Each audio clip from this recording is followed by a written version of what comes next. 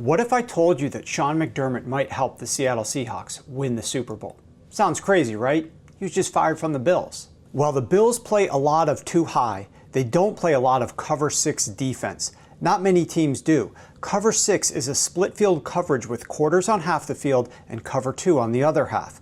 Buffalo used it on only 11.6% of coverage snaps last year. The NFL average was only 9.8% cover 6 last year. But he did something in the Bills' Week 15 rematch with the Patriots that could have ripple effects to the Super Bowl.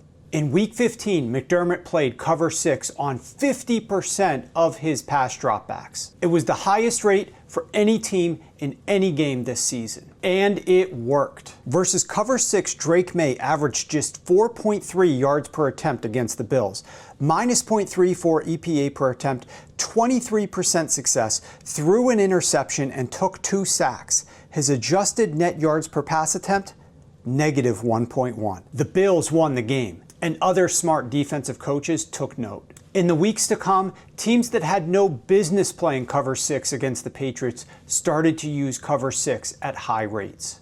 The very next game, the Patriots played the Ravens. Baltimore normally plays the lowest rate of too high safeties of any defense in the entire NFL. But they doubled their average rate of cover 6 versus the Patriots. And against the Ravens' cover 6 defense, Drake Maye was only 2 of 8 for 11 total yards, threw another interception, took 2 more sacks, and averaged minus 0.90 EPA per attempt, 20% success, only 1.4 yard per attempt, and 20% completions. A trend started by McDermott and copied by the Ravens. And versus cover 6 in those 2 games combined, Drake Maye was minus 0.58 EPA per attempt, 22% success, 3.1 yards per attempt, completed only 9 of 19 passes, threw 2 interceptions, took 4 sacks, and had a 61% pressure rate. Maye's time to throw was an incredible 3.7 seconds. He struggled massively with the coverage,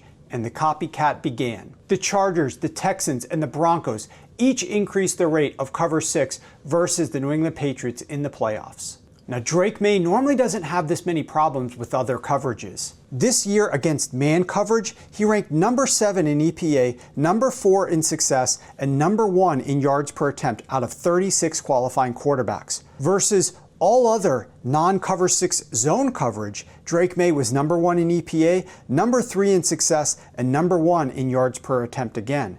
But versus cover 6, number 31 in EPA, number 33 in success, and number 32 in yards per attempt out of 36 qualifying quarterbacks. Maye holds on to the football for a long time versus cover 6, averaging 3.2 seconds before throwing, and he gets pressured at a very high 43% rate.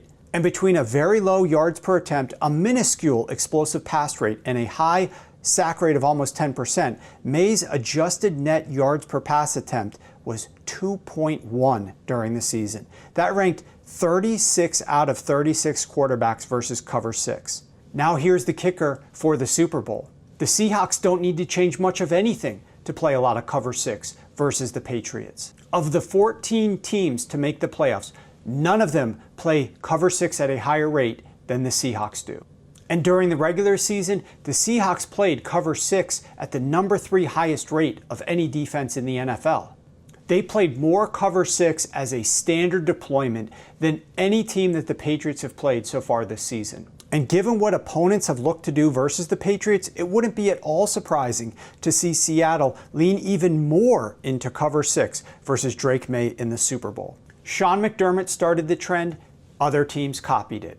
And if the Seahawks lean even more into the split field cover 6 and Drake Maye holds on to the football longer and plays poorly, well, what Sean McDermott first identified might just be the key to a Seattle Seahawks Super Bowl win.